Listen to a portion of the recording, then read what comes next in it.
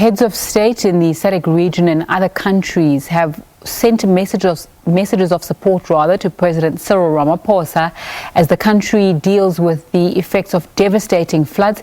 Let's get more on this. SABC News international editor Sophie Mokoena joins us on the line from Frankfort in the Free State. A very good evening. Just talk to us about the world leaders who have sent messages to President Cyril Ramaphosa. We're going to come to that a little bit later on, but we know that the top story we've been following on the Full View throughout the course of this evening is those devastating floods in KwaZulu-Natal. Nearly 400 people have lost their lives, and world leaders are sending messages in. Sophie Mokoena joins us. Just take us through some of those messages and where they're coming from. Well, many heads of state around the world have sent their messages in support of what South Africa is currently doing in terms of assisting those who have been affected by floods. We know that the UN Secretary General Antonio Guterres earlier this week also issued a statement indicating that the world should rally behind South Africa during this difficult time, and also talking about how the world must take the issue of climate change seriously. Even though at the moment we are not clear yet whether this was as a result of the climate or is it normal flooding that often happen in KwaZulu-Natal or around the country during this time. However, the UN Secretary General pointed out that the issue of climate change should be given the attention it deserves.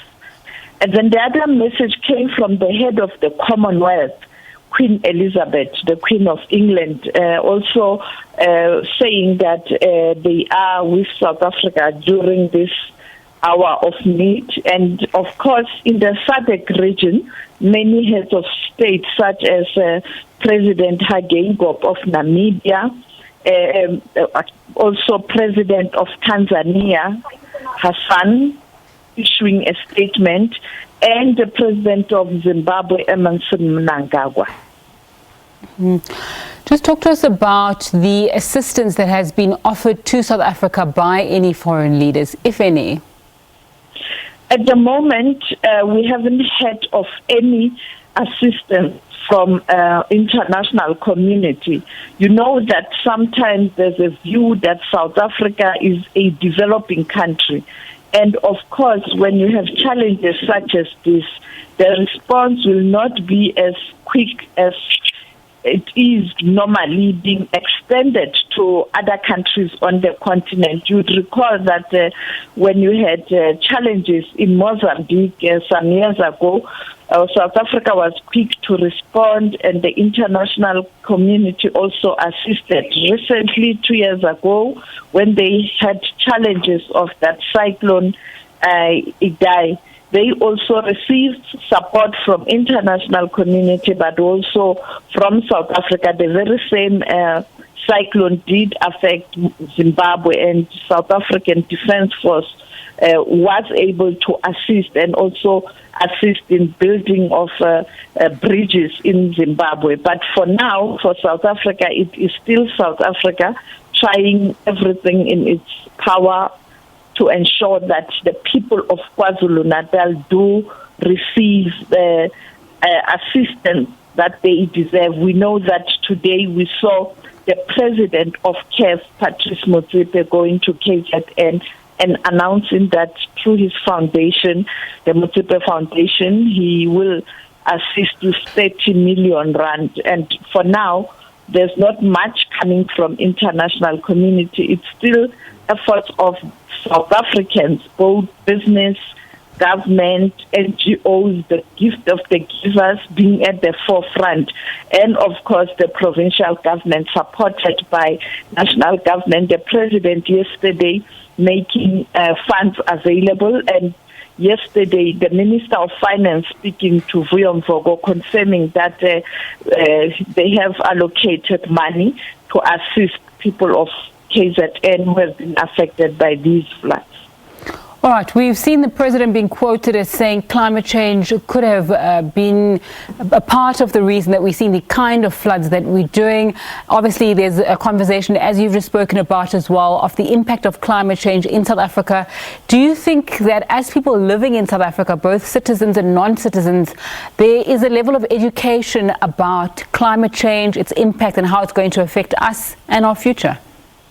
At government level, South African government is quite committed to the Paris Agreement, and South Africa is doing everything in its power to ensure that they do implement what they committed to in terms of reducing the carbon emission. But also, you know that South Africa believes in a just transition, and we know that developing nations have requested the developed countries, the most industrialized countries, when you look at the G7 in particular, to make resources available for these developing countries to be able to deal with this challenge of climate change. And we know that the continent of Africa was represented by President Ramaphosa a year ago as the chair of the climate committee at the UN, at the AU.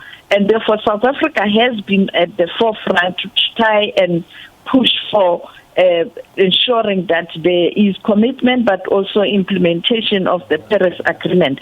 Coming to ordinary South Africans, yes, there has been education, but one can say that it is not enough. I mean, I think we need to really ensure that the Department of Environmental Affairs is able to get perhaps NGOs and perhaps volunteers so that there can be a proper campaign to educate ordinary people about the challenges of climate change. We know young people are doing it.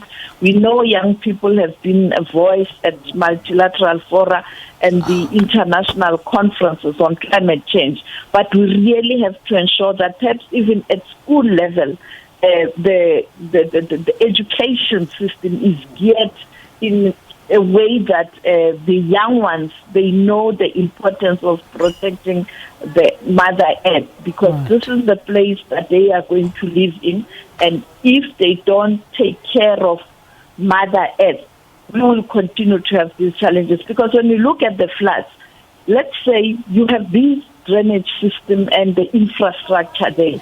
If we take care of the infrastructure ourselves as ordinary people, in terms of ensuring that you don't have these plastics and papers, you won't have this problem of drains that are not able to move water swiftly. But also from our side as ordinary people, we have to ensure that we get involved in the environmental project, cleaning our own environment, so that when you have a situation like this, you know that the damage is not going to be huge. But above all, to ensure that when there's planning, we plan as a country in such a way that you don't have people in these low-lying areas. SABC News International Editor Sophie Mokoena, thanks so much for your time and insight this evening.